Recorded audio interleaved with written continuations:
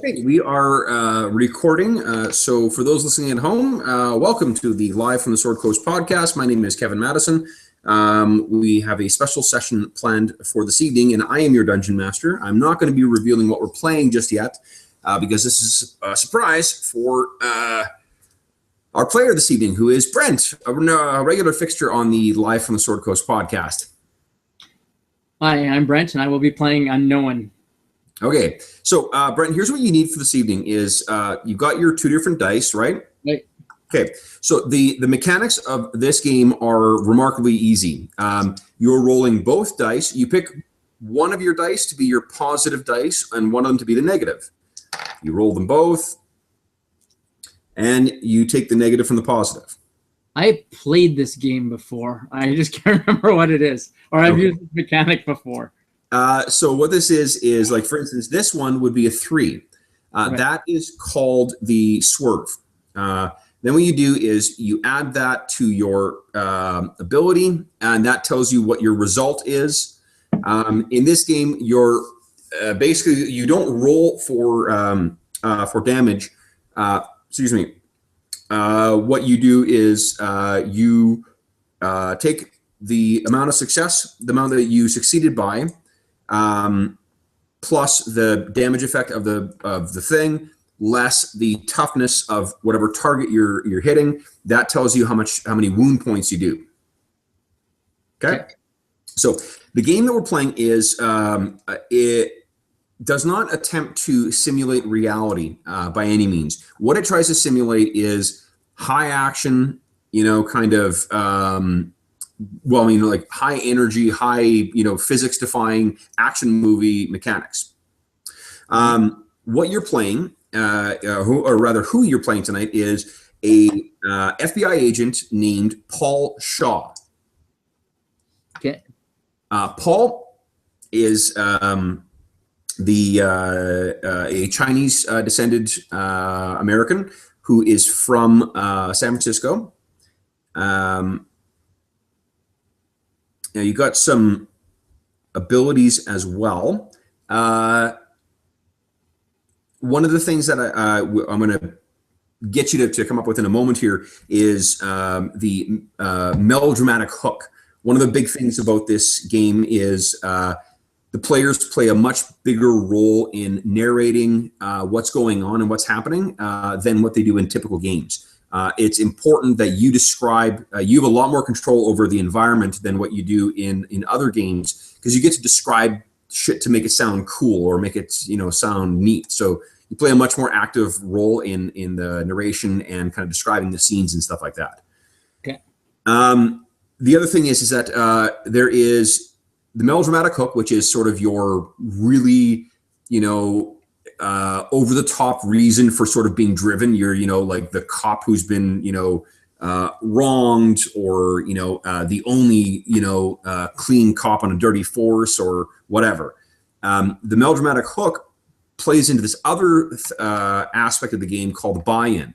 The buy-in is basically, in a lot of other games, you wait for the DM to give you reasons for you then to get involved. In this game, you're expected to find reasons to get yourself involved. Okay. Okay. So the player, you want to come up with like, oh shit, like this thing will help me prove to my, prove the other cops are dirty, rah, or, like this will prove that I'm not the, scumbag cop or whatever that my partner was, or whatever, or I can avenge myself on, so-and-so by doing this. Okay, the stats that matter right now is you have a guns of 14.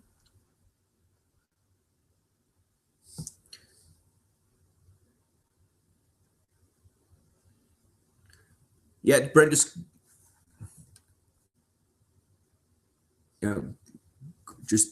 fix it.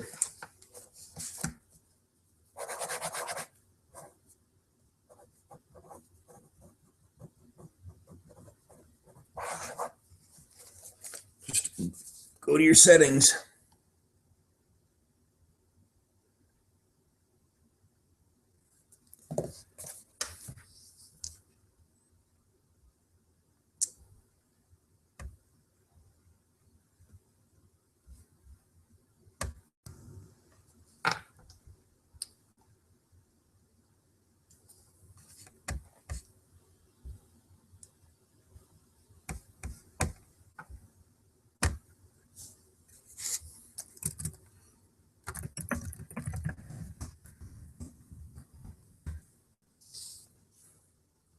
Sorry for those. We've had some technical issues with Brent's audio this evening, so we're trying to sort that out again.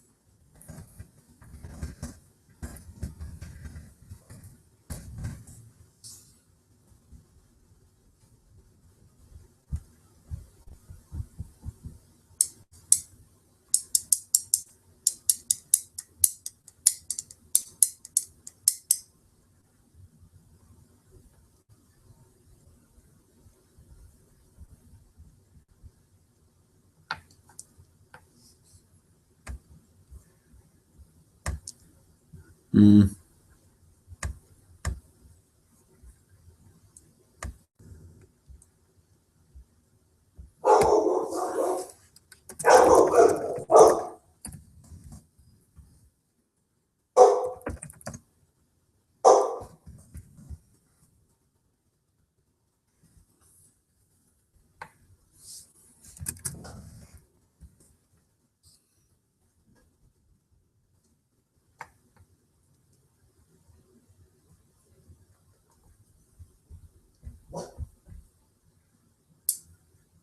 Amy, come on.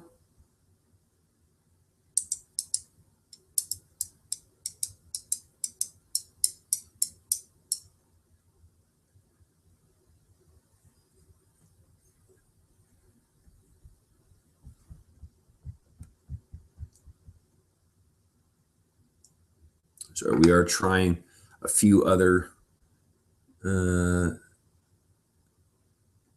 changes here.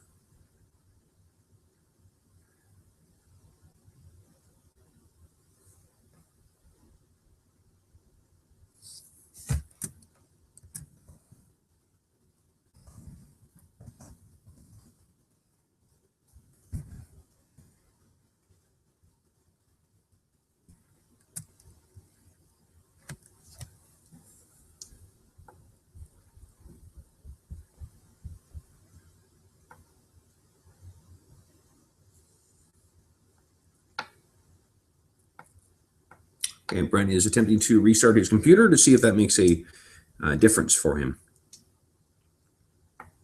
And we shall see.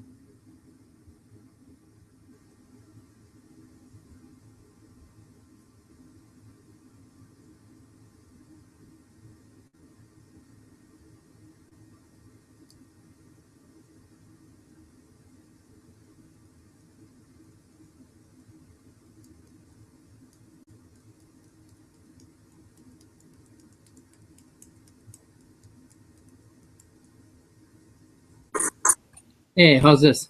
That is working. Okay, so what I did, I rebooted, and you always saying that I had that weird thing happening with the just the Windows bar itself. Yep. Rebooting restored that, and I can click on things on my screen. So I think it's Windows being fucked up. That's weird. Your camera is off right now, though.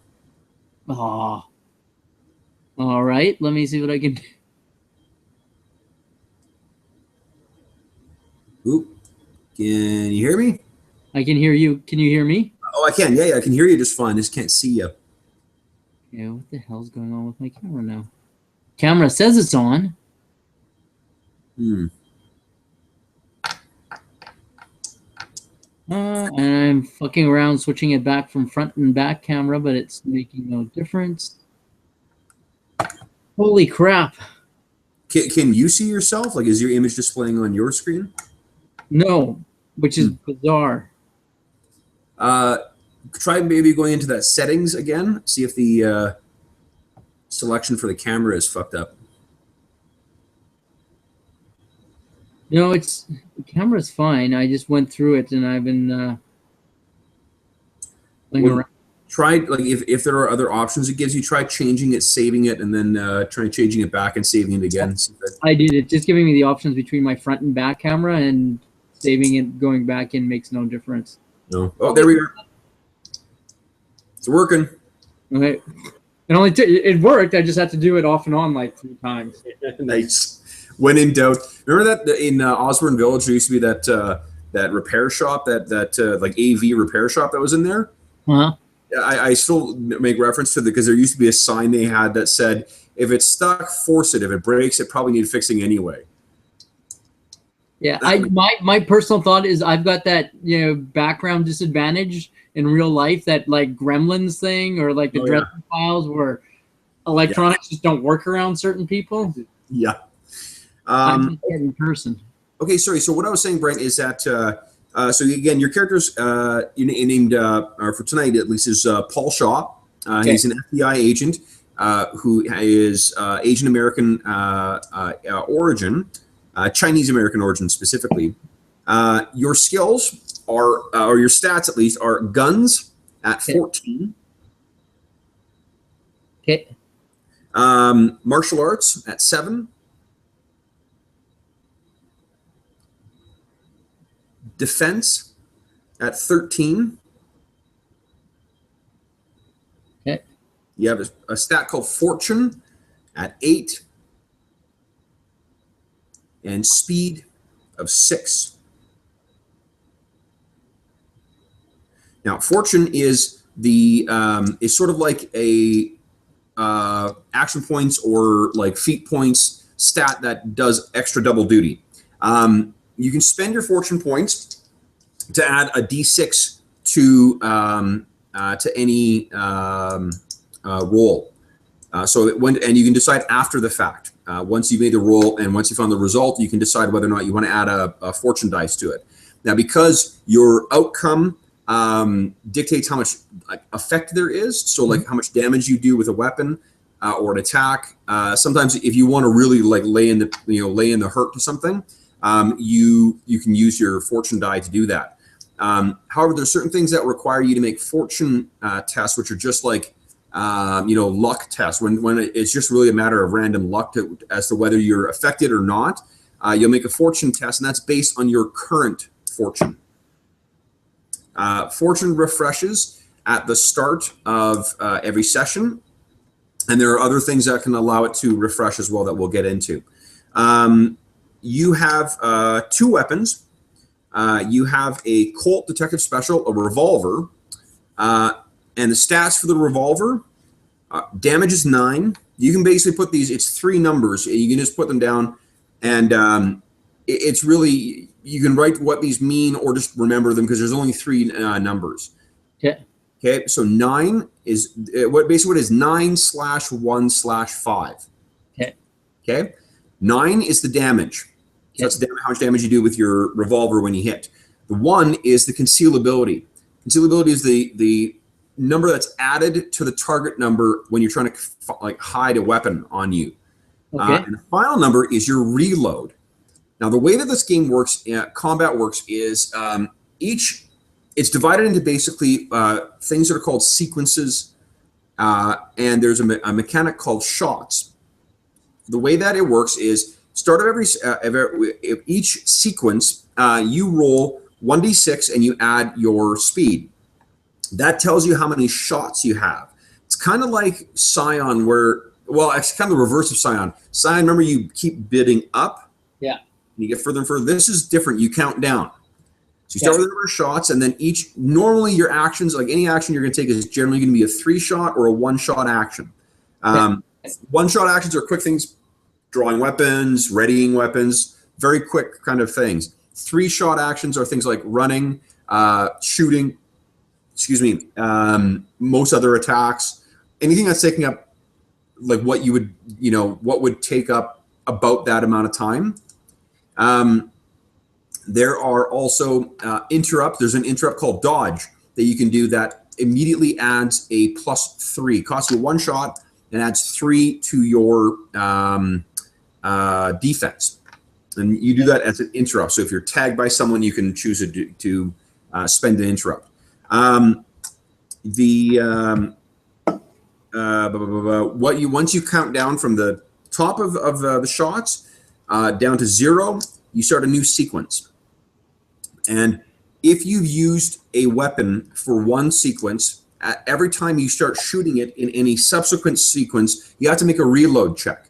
You roll 1d6, and if you roll the reload number or less, you are out of bullets. So rather than tracking individual bullets, it kind of does it in more of an action movie kind of way. Oh, okay. Okay. Your other weapon is a Remington 870 police shotgun. The stats for that are 13/5/4. And here's a little neat thing about shotguns in this game. Mm-hmm. If you make a sound, then it does 1 more point of damage. That's nice. Isn't that cool? Okay, the other thing you've got is you've got a skill called Police at 12. Now, skills in this game are really broad. They're broad in the sense that they give you multiple things. Your skill gives you 1 action-related thing. So anything that sort of reasonably can be related to a police activity.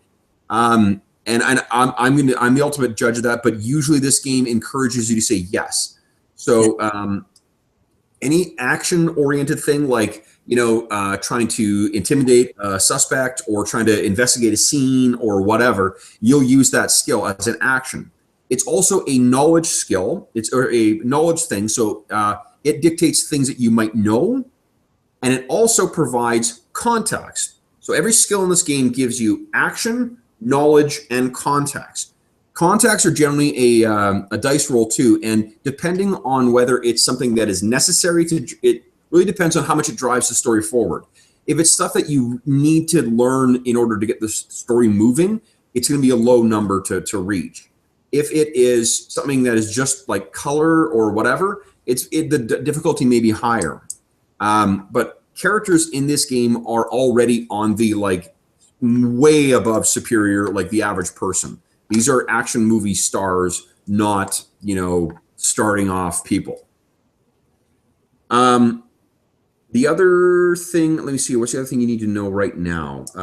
If you roll boxcars, that means things either went really well or really poorly. You roll the dice again, and then that, depending on the swerve, whether it's positive or negative, that will depend on whether it's really awesome what happens or really shitty what happens. Okay.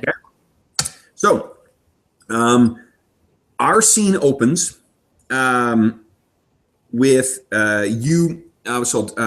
Paul, you've been tracking. So this is in Hong Kong. This is on the southern coast of Hong Kong Island, in a settlement that was called Aberdeen and is now called Little Hong Kong or Son of Hong Kong, depending on the translation.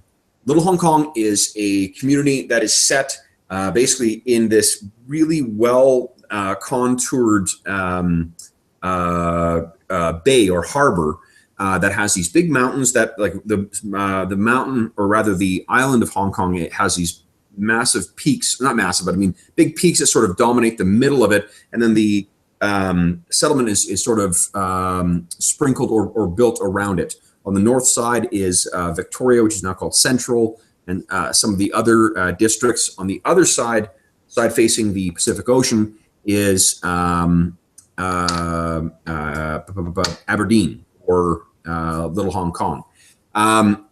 The harbor itself is full of junks, of Chinese boats, and indeed it has a large chunk of the population of boat people who make their home in Aberdeen, or Little Hong Kong. In addition, this place is a sort of a hive of smuggling as well, because of the amount of boats that are making their way in and out. It's hard to keep track of what's coming in. There are also a number of basically larger, kind of like paddle wheel size type ships that have been converted into restaurants. There's sort of a floating city that sits in this harbor, and this is where our scene opens.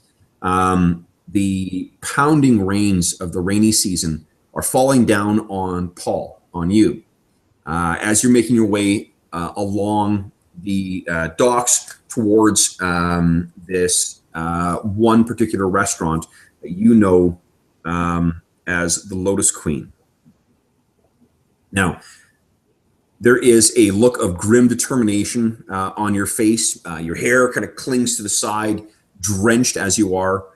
You are carrying both your revolver and your shotgun. Now, you are in pursuit of a criminal whose name is Tommy Chow. Now, what brought you to Hong Kong in the first place was as a liaison with the local sort of police service, the Special Protectorate police service here, in pursuit of smuggled uranium. There's been uranium that was smuggled out through the Balkans, down out of the Mediterranean, or rather through the Suez Canal, and then you tracked it down to Hong Kong. This is completely bizarre. Like, where could it possibly be going? The Chinese have nuclear weapons. There's, you're not clear it's not really clear where this is going. This is not going it's going away from the Middle East, which seems to be the place that you would think it would be going. But I guess maybe there is North Korea could be making use of this stuff. So you were tracking the parties involved, the local parties involved, with the assistance of Hong Kong law enforcement, when Tommy Chow did something that links in with your melodramatic, what is it? Your melodramatic hook. What is that hook? What did Tommy do? And in this case, you want to think as big and as broad as you like. So this would be like I come up with a hook of why Tommy. Yeah, like so. Did he kill your partner? Did they like? It's really you can crib as much as you like from any action movie, like you know. And am I supposed to relate it to the like stolen uranium plot or? Yep, it's probably something that happened. Well, maybe something that happened here. I don't know. You tell me. Okay. I wasn't alone. I would have had. I would probably working on Hong Kong. I would have had someone from the Hong Kong police force as a liaison, and we were checking out a lead, and along the waterfront, and came out across Tommy Chow and a couple of accomplices or cohorts, and it ended up in a gun battle. One of his guys went down, but he also severely shot and severely injured my liaison officer. So Paul helped pull it in and then took off after Tommy on his own. Okay, so this is where we leave you. So your liaison officer may be dying in a Hong Kong hospital. You've left all your escorts behind.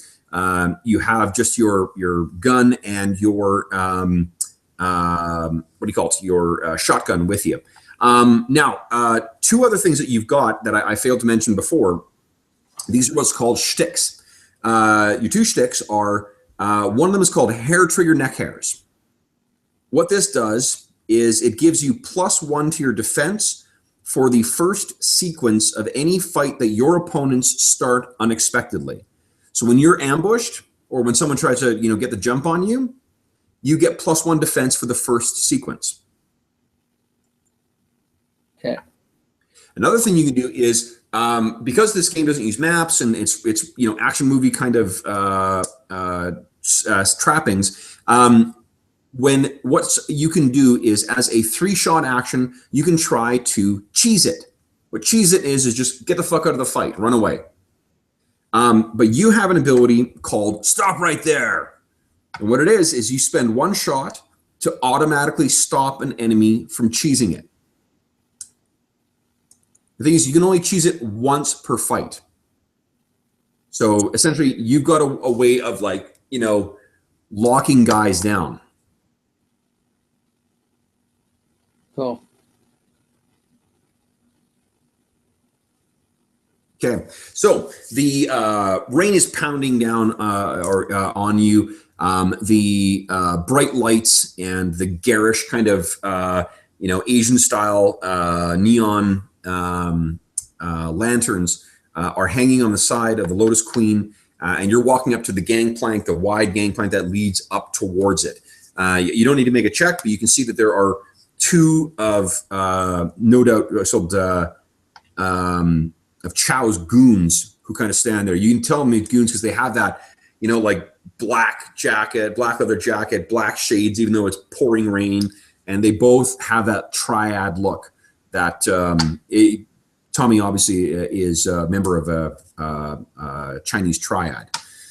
So you're walking up. What weapon do you have out right now? Do you have your revolver or do you have your shotgun? I'm gonna go with the shotgun. I always kind of like shotguns. Okay, so you got the shotgun out. You're walking up. What do you call it? These 2 guys look over and see you. And I'm going to get you to roll initiative. So initiative is 1d6 plus your speed. All right. Oh, nice. I get a 12. Nice. Okay. So starting at 12, you can see that they're reaching under their coats for something. The bulge that you see under their coats is likely, what do you call it? Is likely, guns. Here's another thing you can do too. Stunts are a big part of this game because I mentioned that you want to describe the setting as much.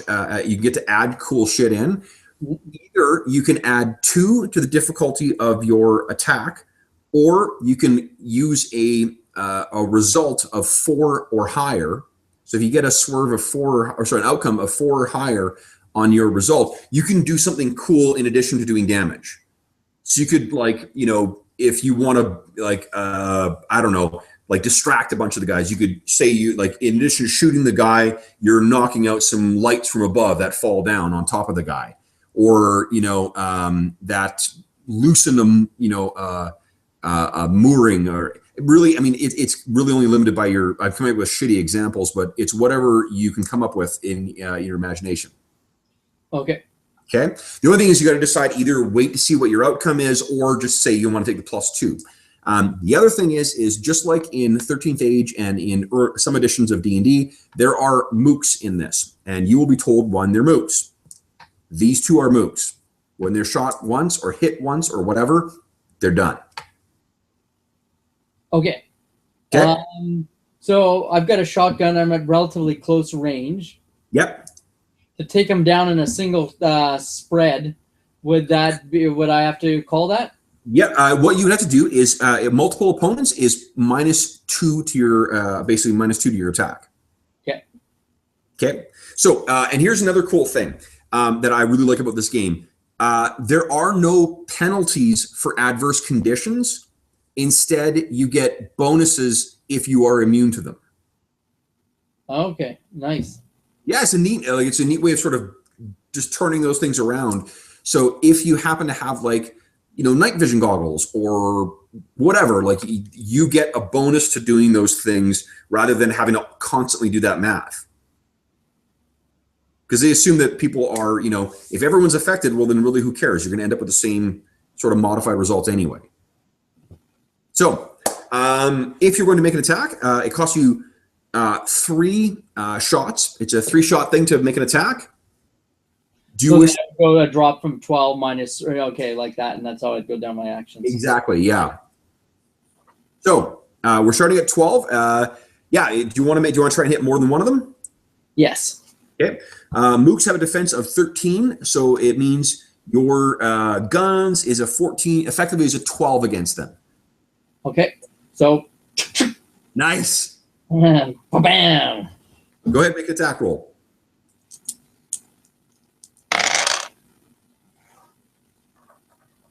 Okay, so I've got a +3. Nice. So your +3 means your total is a 15. You beat it by 2. So because you didn't call a stunt, it just is a normal. You'll hit them. What does it look like? They get sprayed in the face with. Remember, you can narrate this in as much, like, you know, as I stride up the, you know, the deck, which they're reaching into their hands, the rain coming down on me. You know. Okay, he reaches back, pulls out a shotgun, pumps it, and as they're drawing their guns, he's just faster and prepared, and he fires it. And yeah. Shotguns tend to, you know, people tend to shoot lower. This is a high shot, and he places it so it goes in between them and shears off part of each of their, like, their faces. Nice. Wham! And both of them kind of spin and fall to the ground. Okay, so you're down to 9. So this is like when you walk up you're now free to walk up onto the deck, and you can enter in. And there's some, like, it's a restaurant in a boat, essentially. Like, you open it up, and there is what was the dance room is now full of these big round tables. The place is completely empty, apart from the at the far end of the boat where the bar is set up. You can see 6 similarly clad triad thugs, as well as you recognize the sneer, and has a little bit of a cut on his face from your last fight with him, with blood coming down. It's Tommy Chow. So as you kind of kick the door open and, you know, you stride in, what do you do or say? Do you say it? Okay, I level my shotgun at Tommy. Not all of the alcohol in this room is gonna do you any good. You're still gonna be feeling shitty by the time I'm done with you. Nice. All right, let's. If I've got initiative, I'd like to do a stunt. Okay, well here let's roll initiative again. Okay. Just because it's probably easier this way. Okay.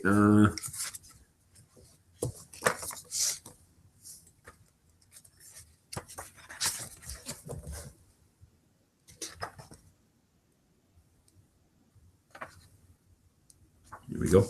Okay. So Tommy's got a 10. Goons have a 9. How'd you do? I tied with the goons at 9. At 9. Okay. Well, heroes go first always, but Tommy gets the first action. So Tommy screams out. You speak Cantonese as well. He kind of sneers at you and he says, "We'll be drinking over your dead body." And he pulls up this little like MP5 type thing and takes a shot at you. It fires.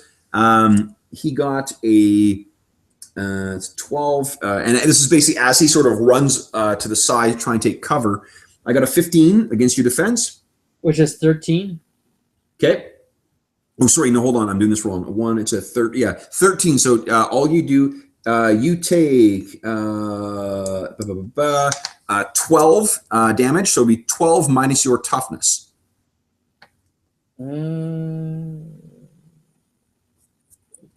Sorry, what is my toughness?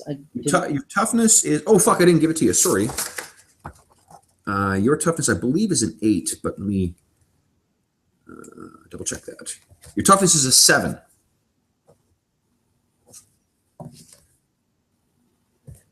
So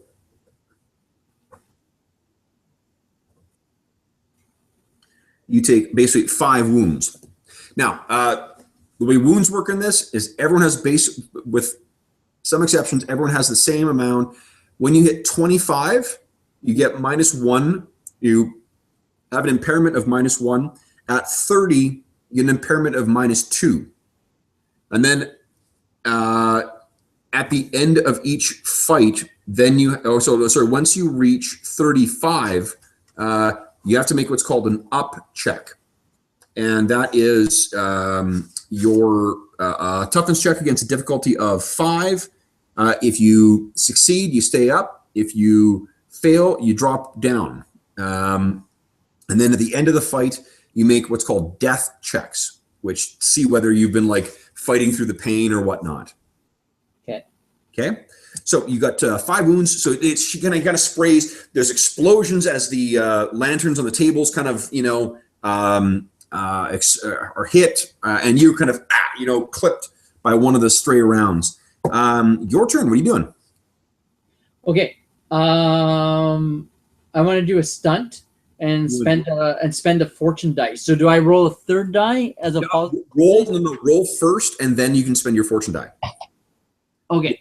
What do you want to do though? Tell me what you want to do first. Okay. So pointing up, and because they're all by the bar, I'm gonna. Instead of shooting at them, I'm going to blow all the bottles that are behind them in the bar and create this massive, basically instead of fragmentation grenade, fragmentation bottles, and just this massive bottles and alcohol spreading out over them all. Okay. Go ahead and make it. So what I'm going to say is that'll be, you're going to try and target, there's 6 of them, and 6 of them, plus there's Tommy, but Tommy sort of moved away from the bar. To hit 6 is -6 to your attack. Do you want to try and hit all of them? Or do you want to try and you'd only spend 1 fortune, and fortune doesn't explode. So their defense is a 13. Okay, and my attack guns is 14. So, okay, I see. And then I would have to... Yeah, so you could try hitting 3 of them. Yeah, okay. Maybe, and then if you're spending a fortune die, you can spend 3. So, so go ahead and make your check. So I got a +1. Okay. So I need to spend a fortune dice then. Yep. So you're at 15, and what you need to reach is 16 to hit 3 of them. So you automatically succeed. Let's see if you get to how your outcome is. Okay. So my fortune dice gave me 3, so I exceeded by 2. By 2. Okay. So because you called a stunt, you only needed to exceed by 2, which means you get it. So here's what I'm going to do: is as that thing happens, you blast it. 3 of them are hit by it, and they drop down. So there's only 3 of the others left. But because you stunted as well too, they're going to all take a -2 to their attack. Okay. So them trying to hit you. So the others, they all pull out these semi-automatic guns, and 3 of them blaze away at you, and all 3 missed. So that, hold on, you're down to a 6. They're down to a 6 as well. Tommy's at 7. That's the next highest. So Tommy looks at you again, and he fires again. Die! So, okay, and he got I think a 13 on the nose. Let me see here. Now, what you can do is, because he got a 13 on the nose, you can choose to spend 1 dodge point, or sorry, 1 shot to dodge. Okay, I will do that. That adds +3 to your what do you call it? +3 to your defense. Yeah, he would have got you right on a 13. So what does it look like? In order to get the dodge, you need to describe for me what you did. It's more of it's kind of a blow. So there's all these tables. So he, being a martial artist as well, kicks one of the tables up. Yep. And drops down behind it, using it as cover. Okay, you're not a great martial artist. You'll basically, if you don't have something or it's not listed on your sheet, you've got it at a 7. A 7 is a default for everyone. Oh, okay. I gave you that only in the event that you want to try and go hand to hand. 7 is still better than what most average people have. Okay. So you can totally do exactly what you described. But yeah, you kick that thing up, and then there's holes shot through it, and there's fraying of the red linen that goes with it, but you manage to escape harm. So you're down to a 5, which means the goons go next. Those 3 kind of shake the what do you call it? The goop off of or the alcohol that was on them, and all 3 take shots at you. One of them is going to hit you at a 15. Now you can dodge again if you like. So that would put me at 4. Put you at a 4. Now here's the neat thing. When you are at a shot level of either 1 or 2, you can still take a 3-shot action. Oh, okay. Okay, sir. I'll drop to 4 to dodge it. Okay. So you kick out, and once again, they are firing away at you. You sort of, the table's starting to roll a little bit, and there's more holes being blasted through. Your face is being hit with the kind of flint splinters of it.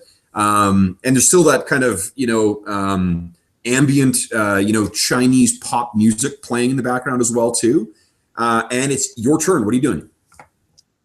I'm going to pop up from behind the table, level the gun at him, and fire at these 3.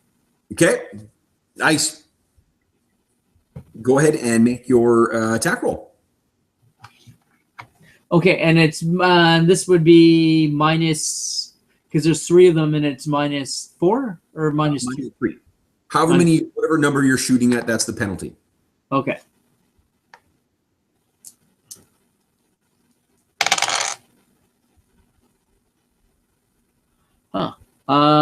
So I got a +1. It's weird. I roll high, but it's yeah. They both roll. So, okay, +1. So that brings it up to a 15. And you said there were 13? There are 13, yes. 13? No, you need 16 to hit all 3. Right. So I guess I'm gonna have to do another fortune. Okay, go ahead. And I got a 5 for fortune, so that. So you get to stunt as well. What happens? And also, one thing to say too, because this is action movie shit, it's not one shot, right? Like each round is as long as it needs to be. Each shot is as long as it needs to be. So this could be you going wham, chick, chick, wham, chick, chick, wham. You know, like shooting again and again. Okay. So what happens is, because he's flat in the ground having dodged, he shoots up, and it's an old boat, right? So they have those old school like chandeliers hanging, and the shotgun blast takes out a chandelier, dropping it on 2 guys. Yeah. And then he pulls himself around the table and fires the shotgun blast, and kneecapping the 3rd guy. And he drops to the ground screaming in Cantonese. Okay, so they are, that's all 6 of them are down. It is Tommy gets an action now. So Tommy is he is going to try and cheese it. So he's spending 3 points. Can I spend a point to stop him? You can. Stop right there. Say it. We're not done yet. Nice. So he kind of when you say that he basically he turns and starts trying to run towards the back of the restaurant. You yell at him. He kind of turns back and then turns and points the machine pistol at you. Unfortunately, he will hit. That is a 14, and you are out of shots. Unfortunately, so you are hit. It does 12 points again, so you're taking 10 wounds. So kind of like it's you dive back behind the cover as this, more of the things are being splintered. Your ear is hit. There's a little blood coming from there, and now that is the end of the sequence. Initiative again. Oops. Tommy, you get 9. I got 8. 8. Okay. So Tommy is going to continue kind of stalking forward and firing this MP5 at you. Drew, he misses. It's nothing but sound and fury. Now I have to make a reload check for him. And he's hitting the side of it because there's no, it ran out of ammo. Your turn. What are you doing? The video is very and the sound are completely disjointed right now, so it's hilarious. It's not like a slight difference; it's about a 3 to 4 second difference. Nice. So it's awesome. Your voice and your words or your action totally don't match up at all. That's great. It's okay. It's your turn. What are you doing? Okay. I'm going to. I'm gonna kneecap him. Okay, go ahead and make it attack. Because I'm down on the ground again, having died. So I'm like, oh, is that all you got? And I'll just pop my shotgun and just fire from the ground at his legs. Nice. Go ahead and make an attack roll. His defense is I believe 13 as well. Can I stunt to do extra damage, like try to crit? No, not really. Because remember that you get to add your outcome against named characters. Like Mooks just go down with 1 hit. Against named characters like Tommy, right. You get to add your outcome to it. So the better you roll, the more damage you do. Okay.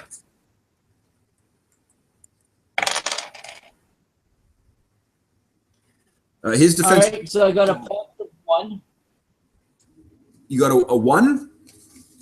Yeah. His defense is a 12. So okay. Your outcome is a 4, which means you can stunt. Okay. Other kind of examples of, stunting is like, blocking someone from leaving, grabbing a golden idol before it falls into the lava. freeing a kidnapped witness from her bonds so she can escape, snatching a USB drive before the computer explodes, blowing open the locked door behind your opponent.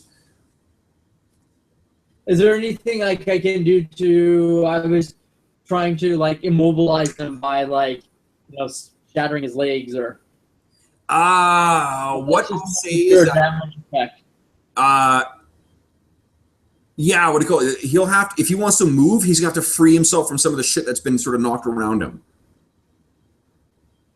So okay, yeah. Part of the blast took out a chair behind him, and maybe he trips. Yeah, awesome. So he kind of staggers back. Okay, the damage of your shotgun, you forgot to make the chick chick sound, so it does 13. 13, and then his toughness is a 5. So he takes 7 points of damage. No, he takes 8 points of damage. 8 wounds. Okay, so he's hit. Okay, it's his turn. Now, when you run out of what do you call it? When you run out of bullets, what you can choose to do is either reload, which depends on the type of weapon you're using.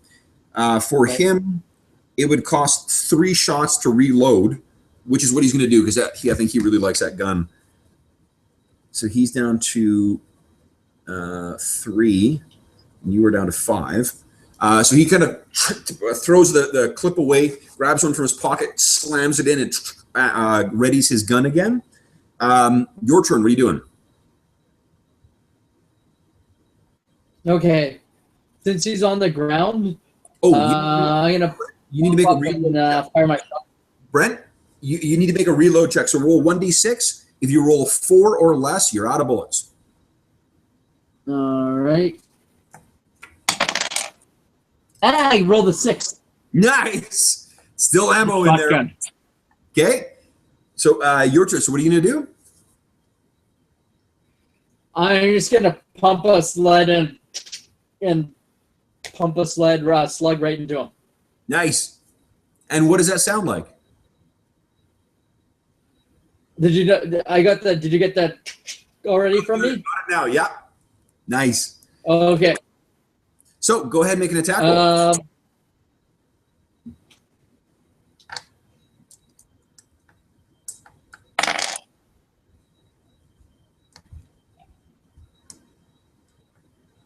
Unfortunately, I got a 0. I tied. Okay. So, but I could spend a fortune to add to that. Well, Brent, you said you were gonna. Did you say you were gonna try and stunt? Or were you just trying to hit him? I was just trying to hit him. Okay. Well, you have a guns of 14, and he has a defense of 12. So you still got a 2 outcome on it. Right, but if I spend another dice, it would add to the outcome and give it more damage? Yes, it would. Yep. Okay, so let's see how that looks. Okay. So it gives me an extra 4 points. Okay. 4 points means, so the outcome is 6 in total, plus 3 is 19, minus his toughness of 5 is 14. Wow. Yeah, he is, that is a really nasty hit. What does it look like?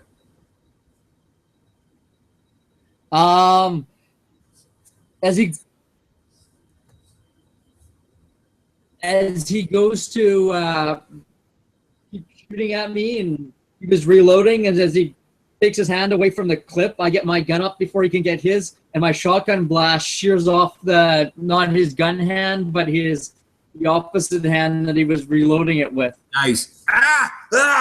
He looks at you, and thankfully he did get it ready. So he lowers the gun and fires at you. He got a 16 outcome.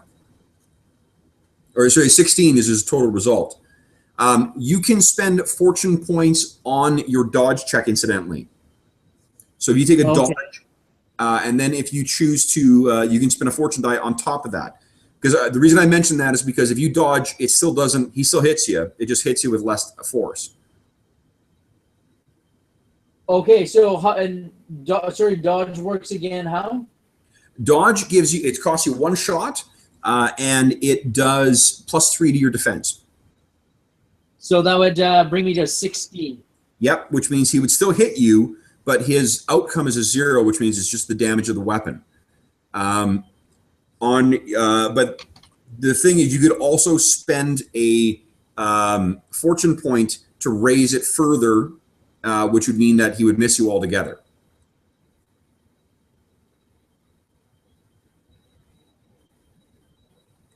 So, what would you like to do? Do you want to try? Do you want to spend a point to dodge here? I will absorb the hit. What's that? I am like Bruce Willis and absorb the hit. Nice. Okay. So that means you the outcome was a 0. Okay. So if you didn't dodge, then the outcome is a 3 plus his. These are 15 in total. You take 10 wounds. So you're at 20 wounds as well. Okay. So he's responded in kind. So you guys are going to fire at each other from across the room. He is out of. We're down to 0 for him, and you. Your turn. What are you doing? Can I try stunting it, running across the room, and kicking a gun out of his hand? You would have to spend 3 points. You've only got 2 points left. It'd be a 3-point or 3-shot action to run across to do that. If you stunt on it, but you know your martial arts is a 7. His defense is a 12. You'd have to roll 9, an outcome of 9 in order to do that. Okay, so that's not going to work. Yeah, so it's pretty high. Is there something else you want to try?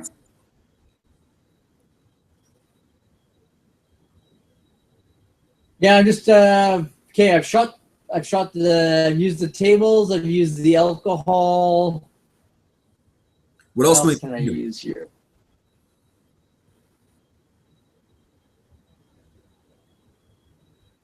There are little, in these kind of restaurants, they have those little candles or little lanterns with that are full of kind of like oil-driven, whatever, oil-fed wicks. Right. So what I'm gonna try and do is, because there's some on the tables, so if I can shoot one of the tables with the force of the blast, will knock, because the tables, one of the tables is very close to where he's lying right now on the ground. Yeah. Will knock the lamp on him and spill the oil, and he'll go up in flames. Okay, you can try that. Okay, go ahead and make your shot.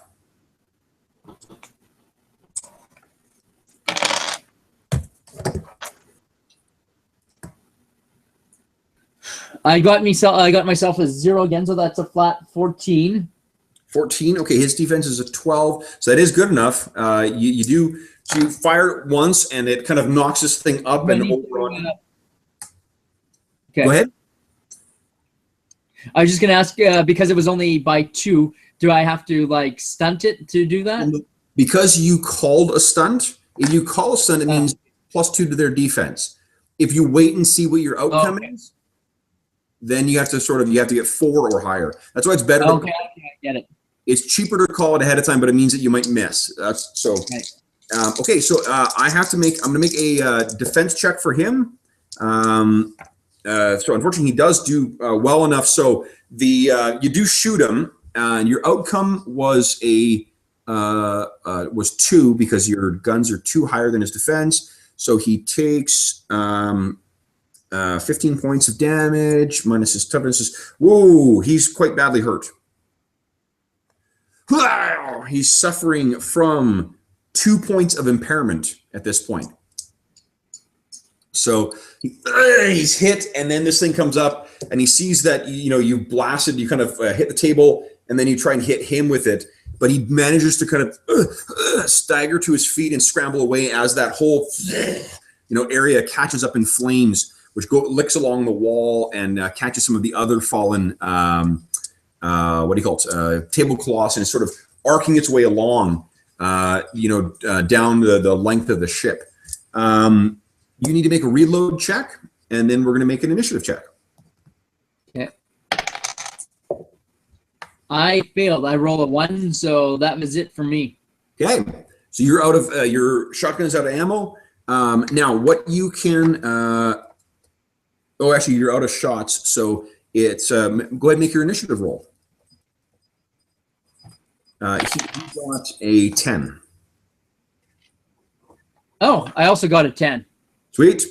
So you're up first. Now, to reload, what you can choose to do is try and draw another weapon. One sec here. 27. Here we go.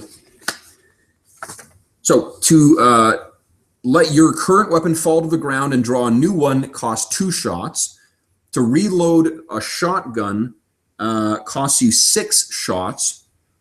To replace your weapon and to replace it and draw another one costs 3. And then just drop your weapon and do something else costs only 1. I would instead of dropping my weapon, I would like to throw it at him, like take it and whip it. It's a big shotgun.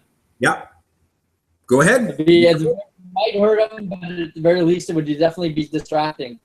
Yeah. Go ahead. Make your throw. Just use your guns. Okay. +1, so a total of 15. 15. Nice. Yeah, that definitely hits him. With 3 thrown object. I'll give it a 5 damage value. So that's actually that plus your result is enough to kind of it hits him in the back and he falls down. Is he unconscious or is he dead? He's unconscious and in shock. Okay. So you hit him with your the shotgun. He lies on the floor. Flames are licking along the side of the boat. The mooks or the other triad thugs all lie down, and still there's that ambient Chinese pop music playing. What do you do? Is it I walk over. I walk over to I walk over to the jukebox, turn it off. Okay.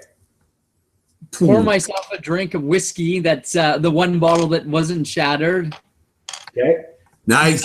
Tell me it's not his day, and then I call for an ambulance. Yeah, you say it's not his day. You pull your phone out, and that's when he kind of sputters, and he's kind of chuckling. He says, "Yeah, you haven't won. She is gonna pay."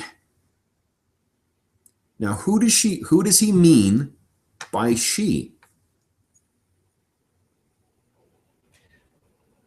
My ex, who I hadn't seen for years, and I just ran into at a nightclub coming out of my hotel in Hong Kong. As I was walking in, she was coming out. Nice. So while you guys were investigating, we reconnected. Your romance kind of rekindled. Yes, we had a whole university fling, but it didn't work out. And then she got married and we lost touch. But she's now divorced, and we ended up going for drinks the following day, and then this is the day after. Nice. So last night you actually ended up spending the night with her, I'm guessing, in sort of an action movie, sex montage. Okay. So you think, what does she do for a living?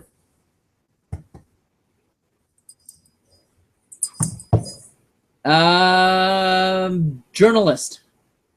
Okay. So photographer. Journalist, like photojournalist, I guess. What's her first name? Lynn. Lynn. Okay. So what is where would Lynn be at this time of night? Does she have like she works for? Does she have a loft apartment somewhere? Yeah, but she's a party girl. She would probably be at something, and she's sort of high society connected a bit. Okay, well, this is quite late, so we're going to assume she would a wealthy family. If they're getting to her, where would they be getting to her? I'm assuming it would be somewhere like an office or her home. Her parents have a mansion in Hong Kong. Awesome. Okay. Or either a mansion or whatever works, or like a penthouse suite, a high rise. Okay. On a penthouse suite, we'll say in Central, in sort of the most luxurious spot. You sort of realize that that's what that's exactly what well, I guess, hold on, he said she's going to pay. You thought like the only she he could mean is Lynn. What do you do? I just look at him and sort of look confused and go, who? He says, the photographer. And then he kind of slumps down. The pit in your stomach kind of falls out, and you kind of think, how did she know? How do they know?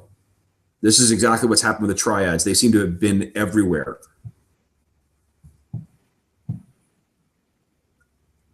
What do you do? So immediately I take out my phone and try and get a hold of Lynn. Okay. So the what do you call it? You hear the phone answer, and you can hear kind of the sound of a woman screaming, whose voice you recognize as Lynn's, about a little bit in the distance, and the voice on the other end in accented Cantonese says, "Too late, G-man." And you hear it disconnect. What do you do? I race off the boat and towards my car and make it there as fast as I can to her. Awesome. Okay, so as you're what kind of car are you driving? You can use action. It would be it's like a muscle car of some sort. Nice. Hold on, I just water. I'll be right back. Sure. Actually, I'll be right back too. I'm just gonna take a leak.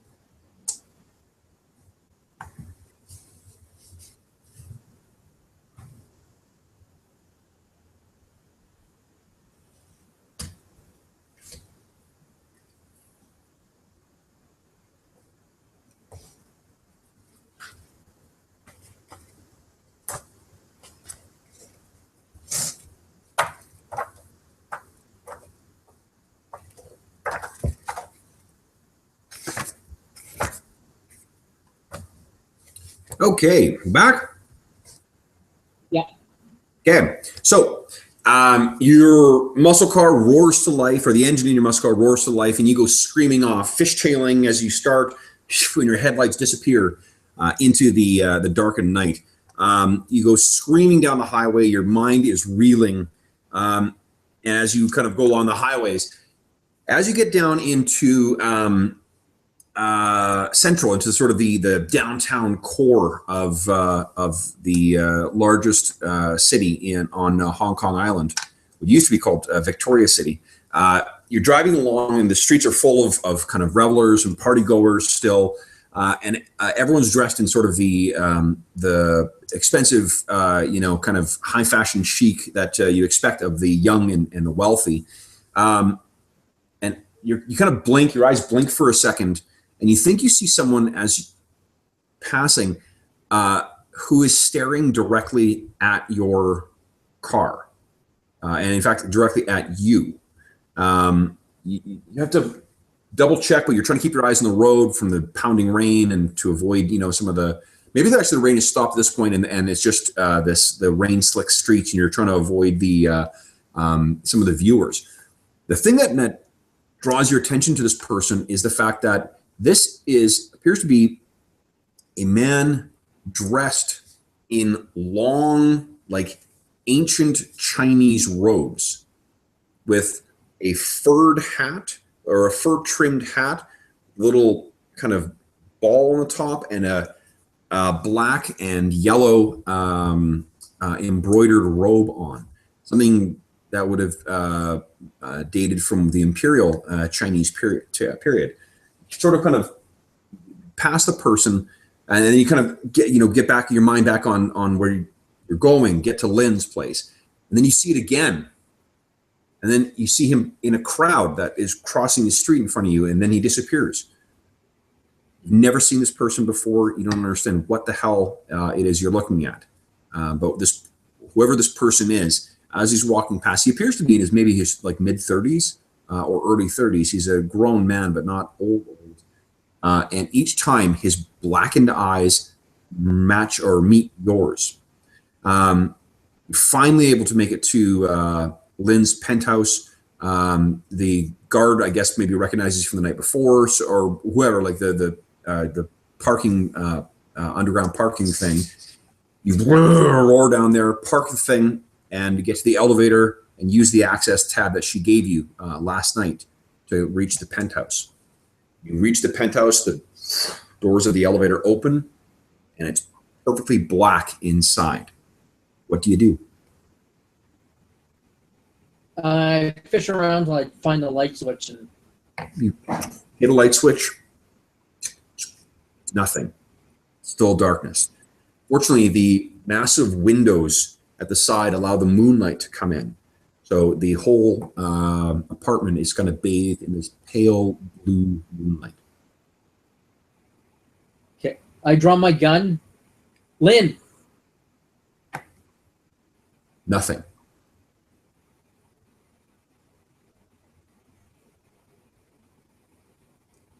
What do you do? Lynn. Okay, I search the apartment. Kind of going from room to room. And remember, the onus is on you to help describe what it's going to look like. So you don't, I'm going to search the apartment. Give it some more flavor. Okay, it's pretty much an open concept. So I'm only searching the bedroom and the bathroom because I'd be able to pretty much see everything because the moonlight's coming in over the open living room and back into the kitchen. Awesome. And the door is by the kitchen. Where does she keep her photography studio? So yeah, a second bedroom. It's converted into a photography studio. Okay. So She's old school, so she does. She actually hangs some prints, develops her own prints. Okay. So you go down and do you check the studio or do you check the bedroom first? Bedroom first, studio second. Okay. So you open the bedroom. Nothing. In fact, looks as if no one has the sheets have not been made. Oh, I guess her housekeepers would have come in and taken care of it. So the bed is completely undisturbed. The bedroom looks spotless, and she does not appear to be in here. Okay. A bit of trepidation. I open the door, push open the door to her studio. So in the studio, so what you see is all the hanging photographs that are drying, having been processed. Many of these photographs are of you and her from yesterday. The room is bathed in that eerie kind of red that is indicative of, or sorry, typical for kind of a dark room. There's a bit of a as you open the door, because it's got, you know, that kind of runner on the bottom to allow so that no light can get into here. And as you look in there, you see there is sort of an office chair type thing that is in front of a little desk with a lamp flicked on. She seems to be sitting in the chair, her back facing you. Okay, I rush up and spin the chair around. You spin the chair around, and her head kind of falls limp to the side. Her eyes are staring vacantly forward. I yell Lynn and go and check for a pulse. You check her pulse, and her body is cold. What do? I scream, no, you're going to pay. No, that's awesome. So you scream out no. Now, what do you do next?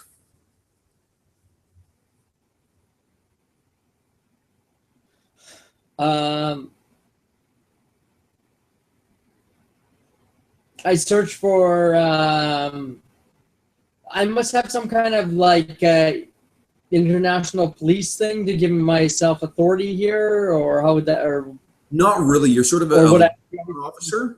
Now, here's the thing. I'm one of the things you notice, because this is sort of your, you know, police training. There's no blood. At least not apparent. She's dressed in sort of like a comfortable kind of tank top and like, you know, yoga style kind of slacks. Her otherwise. Can I see anything for like a cause of death, like a broken bone or like snapped neck, or like where a needle someone might have injected her with something? You go through all of those things, and you can't find anything. There's no bruising. There's no puncture wound. There's no contusion. There is no puncture, like needle marks or anything. There's no discoloration. There's no damaging to the eyes to indicate some kind of poison or something like that. The only thing you can think is that maybe you need to draw on some of your other skills. Now, I was being a little disingenuous when I gave you your list of skills, because you have some other skills. You also have an attack called sorcery at 13. Nice. You also have an ability called inured to weirdness. And whenever basically an unnatural opponent misses you, you regain a fortune point. And incidentally, your fortune points, they're not called fortune points, they're called magic points. Because you are a magic cop. Another ability you have is you can spend one magic to see the ghosts all around you in a single scene. Unless you count the odd, grotesque transformation or ineffective lunge in your direction, they really can't communicate with you, but their presence and appearance may provide clues to past events in the area.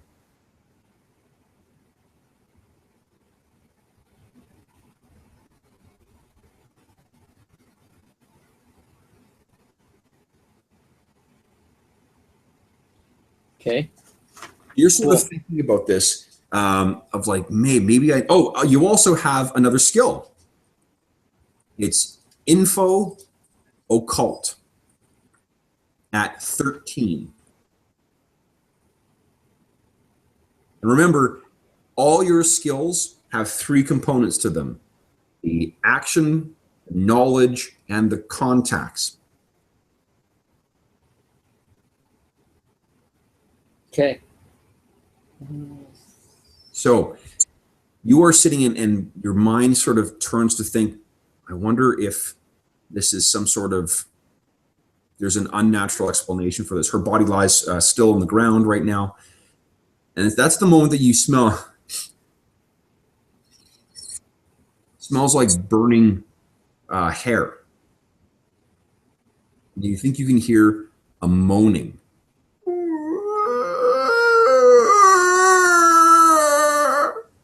And it's coming from the main sort of open concept area.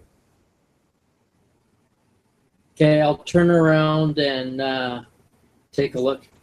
Okay, so you walk out of the room, and you can see that, what do you call it? In the middle, sort of the living room, there is a sort of a soft orange glow that is emanating from the ground, and there is mist that begins to rise. The orange glow has a roughly circular pattern, and the keening that you're hearing seems to be coming from many of the corners of the room.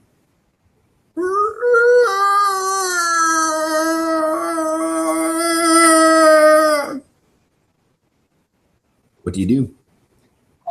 Can I make a knowledge? Use my knowledge of the cult to figure out what's going on?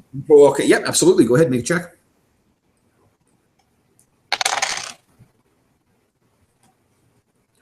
Ooh, I did poorly. I got a -2. -2 is still, you remember, a 13 is really freaking good. Okay, so I'm down to, I got an 11. You got 11. Okay, so then this is likely something manifesting from the nether world. Something unholy. And I'm going to need you to make an initiative check for me, please.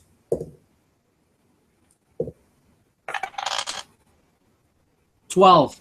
Nice. Okay, so you got 12, and they've got an 11 and a what's that? 9. Okay, so you can see this what do you call it? The orange sort of circle with the mist coming out of it in the middle of the room begins to sort of pulse with more power, and you think you can see some flickering forms in the darkness, like maybe down the hallway behind you and sort of in one of the corners. What do you wish to do?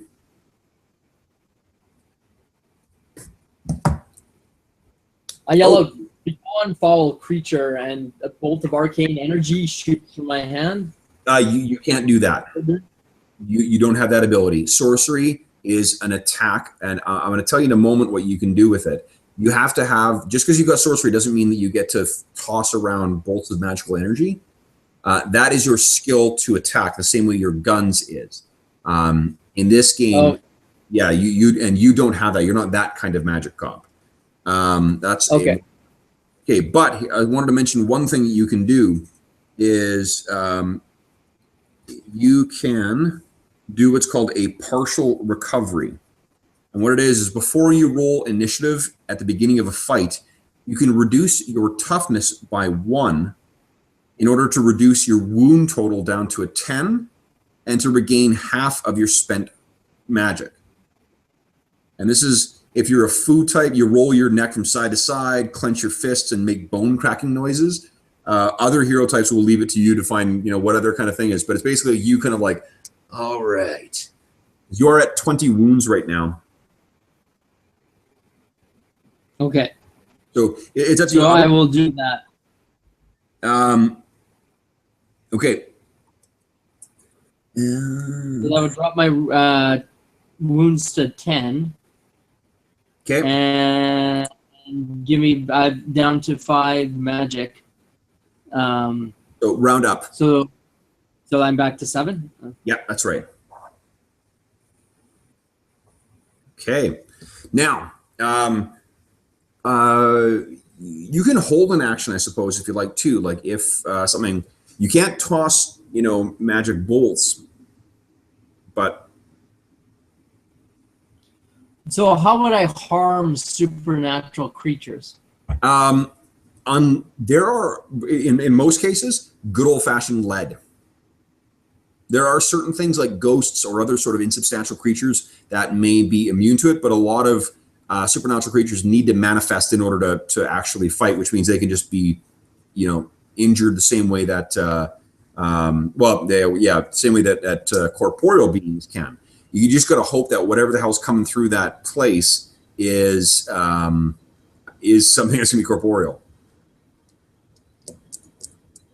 Okay. I'm going to switch to while you're sort of waiting, its action happens. And what happens is that the coffee table in the middle of the living room, which is sort of caught in the area of this circle, gets thrown back.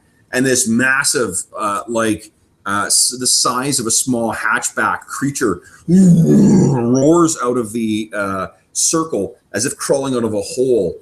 And it turns its head towards you. This thing, it's the shape of its body is kind of like a shaggy,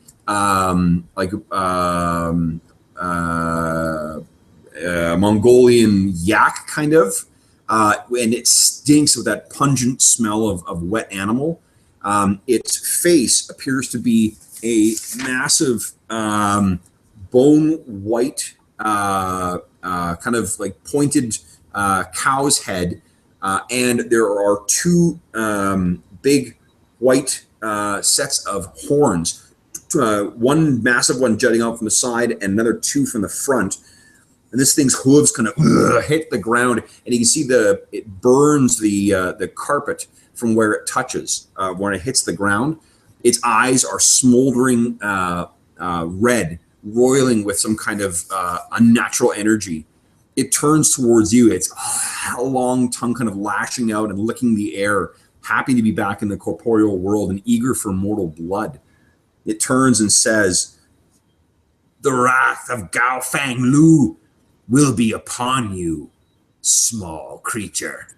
And you can hear the skittering of several creatures off in the corner, and they seem to be naked with dark brown or gray skin, but the moonlight reflects the white of their eyes, and their breath seems to little tufts of flame seem to come out, illuminating their emaciated faces.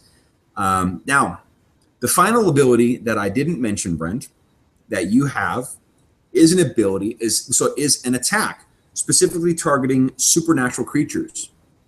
This ability is called Banishment. You spend 3 magic and 3 shots, and then on a sorcery success against a supernatural creature's defense, it cheeses it.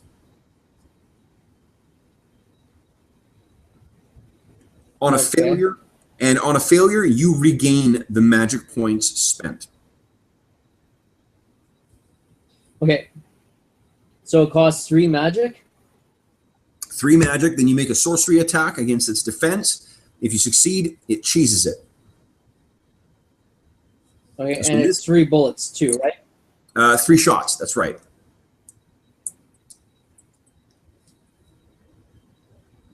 So, top of that's sort of the setup for where we are. You're standing there, your gun is out. What would you like to do? You're going back where you came from. Okay. And what do you do? I will speak an old. I will speak that incantation, Cantonese that my master once taught me. Nice. And step towards the creature. Okay. Forcing it. Shotgun's out, but my mouth is like I'm yelling out an incantation at it. Nice. Awesome. Okay, so you're screaming out this incantation, and go ahead and make a sorcery check.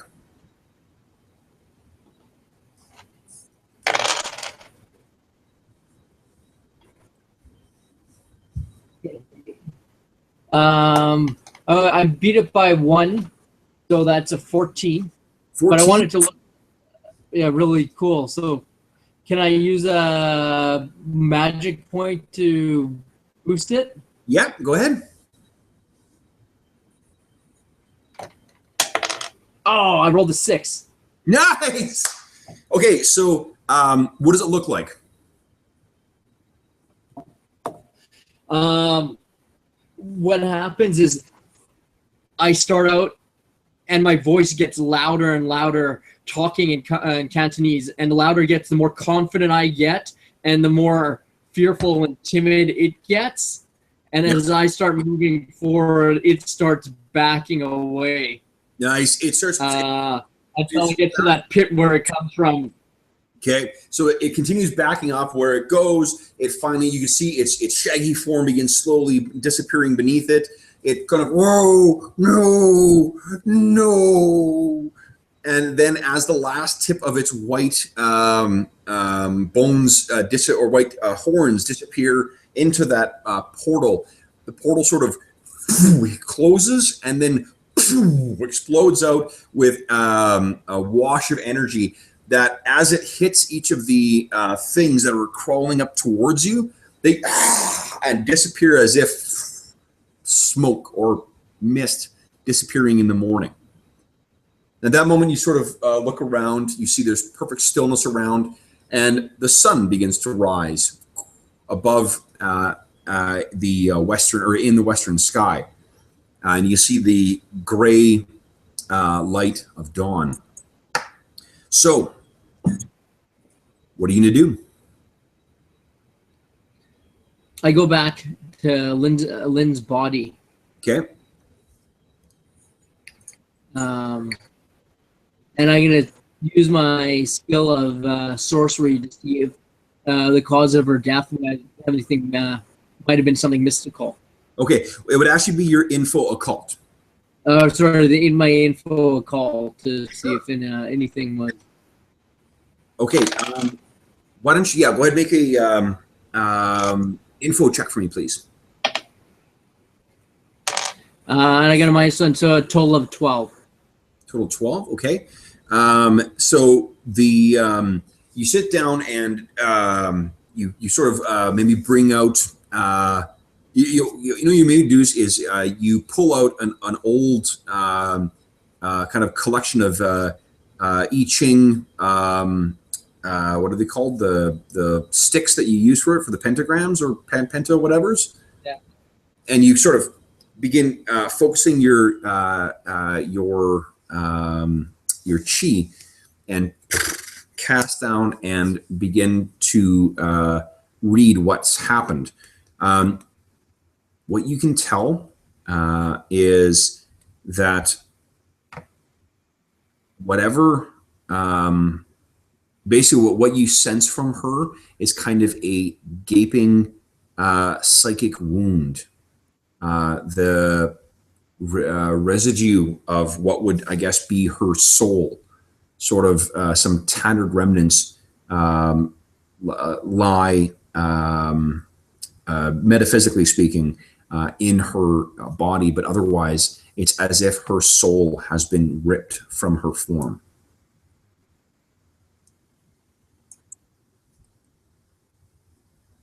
So, what do you wish to do? Now, you didn't know, you'd heard of sort of supernatural connections. The Tongs technically do go back to at least as far back as 19th century China, the time of the Boxer Rebellion, and some even older. And your mentor, maybe your grandfather, or whomever taught you your magic, they spoke of sort of dangerous sorcerers who allied themselves with the Tongs. But this is the first direct evidence you've had of of it involved in this case. And I guess the other thing is, if this Tong does have these connections, there's a troubling question as to what the hell were they doing with uranium then. So, random coincidence. I've got an idea. Although I'm not a Hong Kong cop, I do have my badge and stuff.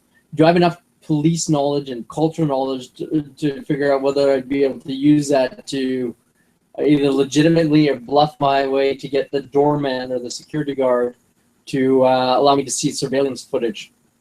You could. I mean, you can use your police skill to try and do that. Sure. Okay. Okay. So you head down to the doorman, and sort of, how do you approach this? I'll just say there was an incident in Miss Lynn's apartment. Did anyone? Did anyone come to her apartment tonight? He has this kind of glaze. He looks at you and he says, "Not other than," he says, "not other than you." Or did he see you go in, or did you sneak in? I might have just not even seen him go. He might have not even seen me come in. No, we did establish that. He nodded. Oh yeah, okay. So he says no. Yeah, apart from you, but there's something weird at the way he sort of answers. Can you make a quick info occult check for me, please? 12. 12. Okay. You suspect, if you spent the time to really, sense this guy, or kind of, do a proper reading on him, he may have been hit with some kind of magical whammy that made him forget. Okay. I'll pull out my badge and can I see the security footage? Oh. He says, "Sure. I mean, there's not, there's nothing in here." So he goes back and replays the sort of digital recording of it, and what he sees is what do you call it? At about the time that you were going down and first kind of confronting Tommy, where your partner or the liaison got shot, there is a group of 4 similarly dressed kind of Tong thugs, along with that same guy dressed in those archaic robes, who seems to be walking along, his hands sort of crossed in the sleeves of his robe, walking along with an arrogance that comes only from sort of the aristocracy. He has a long kind of mustache and a long beard as well, and he just sort of carries himself with an unbelievable amount of arrogance. And you're watching this happen at the same time as the security guard, and the guard says, "See, nothing." Can I do it like look at him like and then like, oh, okay. Yeah. You recognize that on the robes have a distinctive pattern to them, though you don't know what they signify. Okay. Well, I'll thank the doorman for his time, and I'll be on my way. Okay. So, what are you going to do then? Now, mechanic-wise, remember that in a similar way to the way Shadowrun, you've got contacts you can go to get information. In this game, you want to sort of use your skills to access your contacts, and the contacts are really, it's not super important for the game. To have a set list of them. You can make them up on the fly. They can become recurring characters. It really depends on how well your role does to determine whether you can get that information. Okay. What I'm gonna do is I guess go to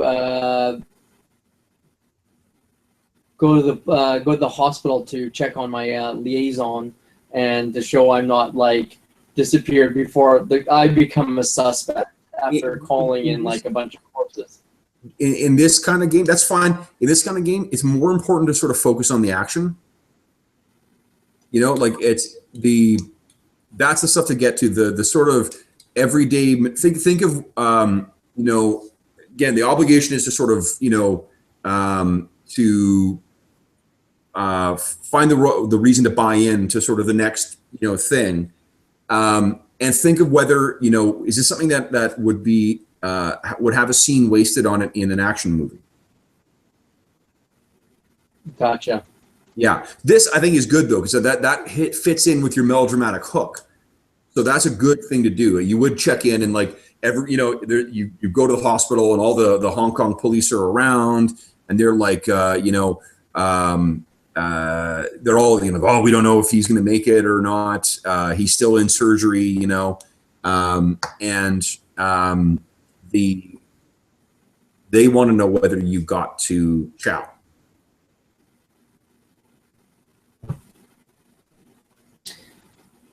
Yeah, didn't I call that one? I called that in, didn't I? Yeah. So they kind of, maybe what they're doing then is they're congratulating you for that. Like, you got him. Yeah. Is that bastard alive or dead? He's pretty beat up. Chow, you tell me, Brent, is he alive or dead? Alive, but in a coma in a hospital somewhere. Yeah. Or like the same severe, hospital. Like, yeah. Nice. Severe traumatized or severely injured. Make a check for you, Brent. Roll, make a check and tell me what the swerve is. +1. +1. Okay, you regained 13 wounds. They gave you some treatment at the hospital. So I'm back up to full. Yes. Cool. So once I'm done this, well, I'll excuse myself and then do a sort of little mini scene where it's my character at a small local bar, the glass of whiskey in one hand and a laptop in front of him as he Googles those mystical patterns using his occult skill to see if he can figure out what they're associated with, because it's nagging at the back of his mind. Okay. You know what? That's not where I think you would find an answer to is on Google. What you could do is try and access a contact here that is a ancient Chinese mystic or someone who runs a shop for selling those kind of things. A place maybe that, or a person that maybe your grandfather spoke about. Yeah, okay. Yeah, an old mystic who runs a shop that my grandfather took me to on a few occasions. Sure. So, or maybe, yeah, maybe he did. Maybe you came with your grandfather to visit Hong Kong. So yeah, that's good. Okay. So why don't you make a info occult check for me, please? All right.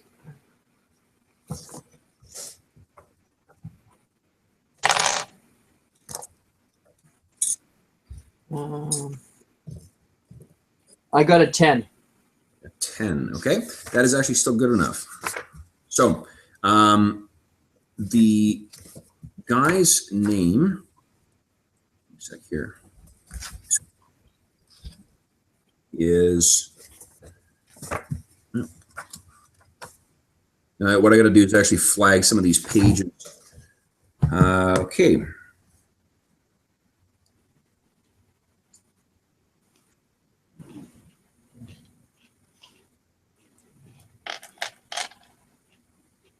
Okay, his name is David Chow.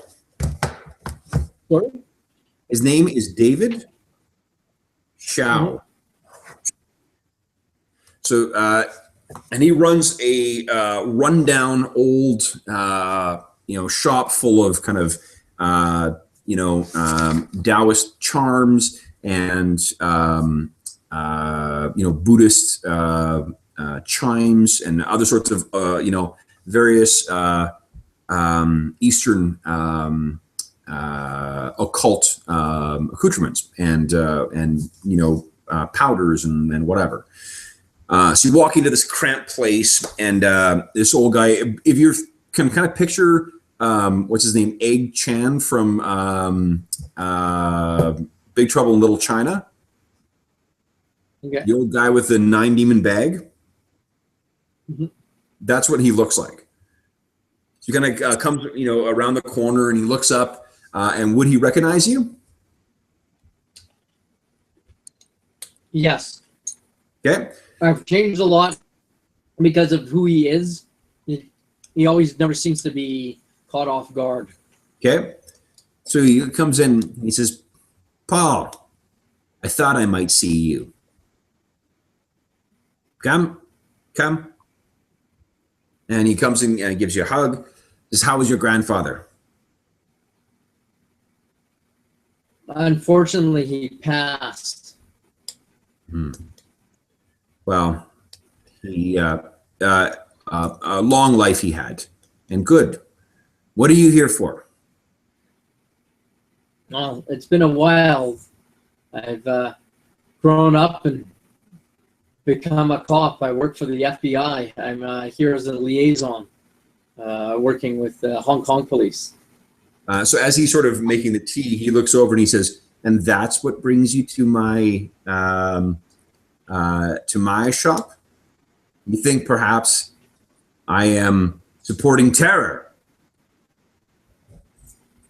No, it's actually the triads that I'm after. They seem to be working with demons. Demons. That is a concern of the FBI. He pours another cup of tea. Or is that your grandfather's business? The concern of me, the triads I hunted, killed someone dear to me, and left a demon in her apartment to wait. Or you remember, Brent, that the name that the creature mentioned was Gao Fang Lu. Okay, and then I'll describe the guy who I keep seeing and mention the name Gao Fang Wu. Okay. He the look on David's face gets much more serious. He says, "Gao Fang Lu."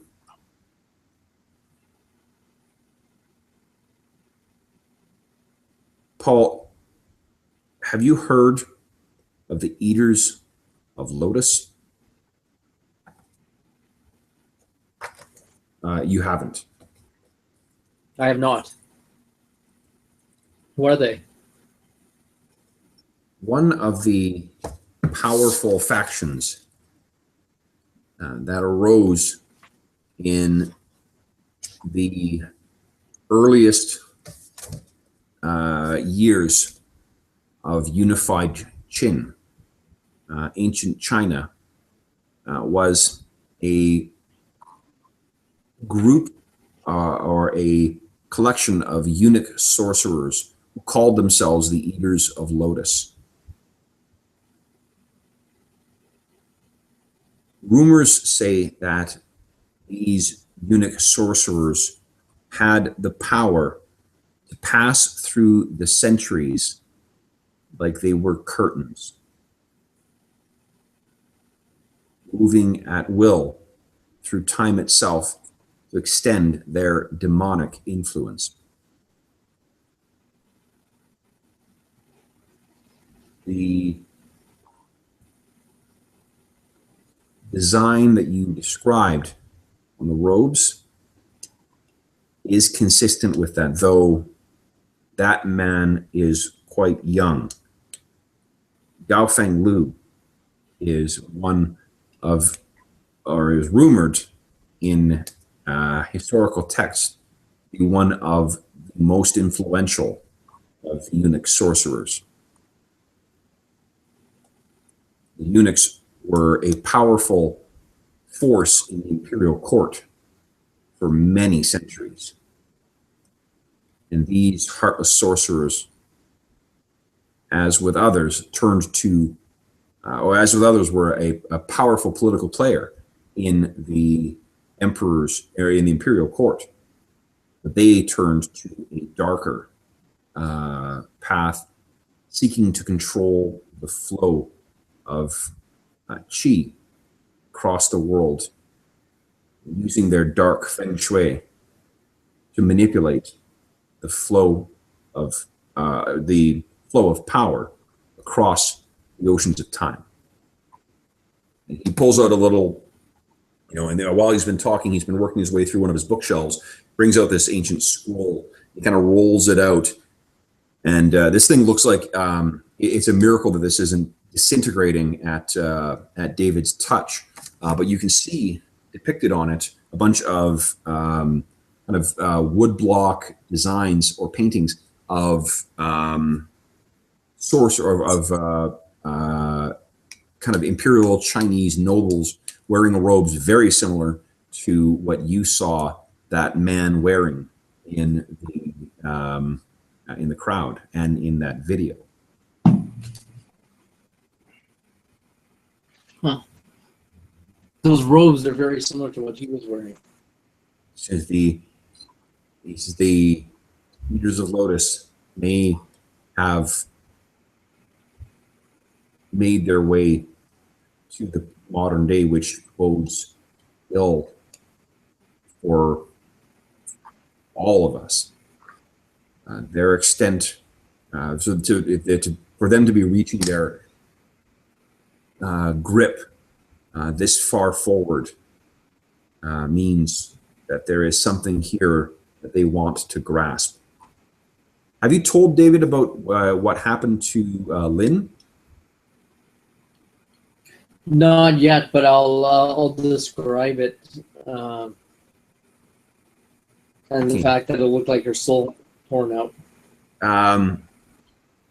David says, do you have any idea where they may have taken her soul? The leaders of Lotus were said to have that power to wrench the very immortal life of being from their rightful physical manifestation and take them out of the reincarnative cycle. I don't know, but I can use the Hong Kong police to find out where the triads are. Since you guys seem to be working with the triads. He sort of dismisses and he says, such things will not allow you to find Gao Feng Lu. Gao Feng Lu wishes not to be found. He shall not be, unless we use the lessons that your grandfather taught you. I cannot do this on my own, but with your help, I may be able to divine where they are crossing into the netherworld. The creature you described was likely left behind by Gao Feng Lu's minions as a trap of a kind to prevent you from further pursuing them. No doubt, Gao Feng Lu foresaw your power coming to play a role in this conflict. Nothing is left to fate. Is there any way to restore Lynn's soul? Yes. If you can recover her soul, there are relatively simple rituals which I can perform to restore her soul to her body.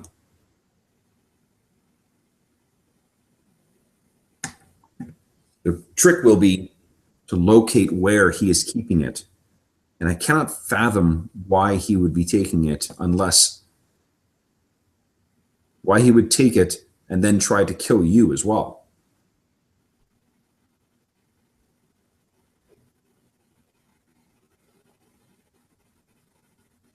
I don't know. The other strange thing and I can't figure this out myself, is that the reason why I was called here in the first place to deal with the triads is they were trafficking uranium. They were believed to have stolen uranium. Why would an old mystical order want uranium? I don't understand how the science in uranium would mix with their ancient magics. Mm-hmm. I do not know, but the idea of such power in the hands of such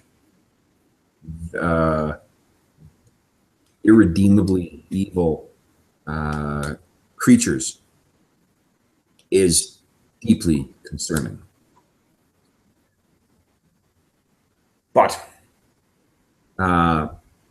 ruminating on this will not restore your woman's soul, nor lead you to Gaofeng Lu. Now, Paul, we will see whether your your grandfather has taught you well. So he then goes, and there's this sort of montage of you guys collecting a bunch of, things to sort of, from around his shop to create, the necessary divining sort of ritual. It's the kind of thing where there's lots of incense burning and there's lots of specific things that need to be mixed together. And he has to, you're able to follow along for about maybe a third of what's going on, but a lot of it is sort of above your head. At the end of it, as we'll say it takes the majority of the day to sort of get to the end as night is finally kind of coming. David finally finishes his rituals and sort of casts down some bones into a burning clay pot. And as they heat up, they sort of all crack. He uses this pair of purified tongs to bring the clay pot out. He puts the cracked bone down onto a dark silk kind of piece of fabric that lays across a small table. He begins to observe the fragments, looking at the cracks, and he looks up at you and says, "Come, come, come." You lean in. Can I move forward? And you're looking. He says, "Look closely. You're not quite sure what you're looking at. You're looking down. You sort of look down, and you look up in time to see him go. He blows some kind of powder in your face. You kind of go back, and then your eyes, or rather your vision, gets a little blurred, and your head swims, and then you suddenly find yourself somewhere else. And you're staring down at a sprawling mansion that sits aside side of a heavily wooded either hillside or mountainside. This place is very distinctive. You would certainly recognize it if you saw it again. You recognize some of the roads along here as well as being on the south side of the island, not far from where you arrested, or rather gunned down, Tommy Chow. And you hear the sound of a roller coaster and the screams of people riding it. You suddenly realize, I know where this is. This is near Ocean Park, on the west, just west of Aberdeen, of Little Tokyo, Little Hong Kong. You know exactly where you need to go. And you can see, or rather more feel, sort of a powerful kind of nexus point or place of Feng Shui power at that, what do you call it? At that, as you kind of look at that mansion, You hear sort of the sounds of the same screams that you heard before. The screams of whatever it was that was lurking in the corners of the room when that beast arrived. As you look at it, you realize that this place, this must be where Gao Feng Lu has crossed from across the stretch of time and into your world. And this is probably where you, well, not probably, you know, this is where you will find Lynn's soul. Sort of, your eyes blink and you're back in the shop, and you can see that David is handing you kind of a wet rag. He says, "I'm sorry, you needed to come across it unawares." You take the rag and you wipe the stuff off of your face. You know precisely where you need to go now. I tell him as much. I know where I need to go. Okay. He says, "Then you must go. Go now." So you grab your guns, you grab your stuff, and you head down to your muscle car. And I don't know. Sounds like a cop thing to do. I'll pull out the Kevlar vest from the trunk. Okay. As long as with the extra ammunition and. Nice. The engine roars to life, and then you drop it into gear. It goes screeching off towards the far side of the island, where you will find that seaside mansion and confront Gao Feng Lu. We're going to leave it at a cliffhanger at that point. Well, not really a cliffhanger, just a transition at that point, because I do need to walk the dog and get my drawing done for the night. For those listening at home, thanks so much for joining us. We will hopefully continue this adventure and see it to the end sometime in the near future. Thank you for watching, and I will post a link to the stats for Brent's character from this evening for Mr. Shaw. See you next time.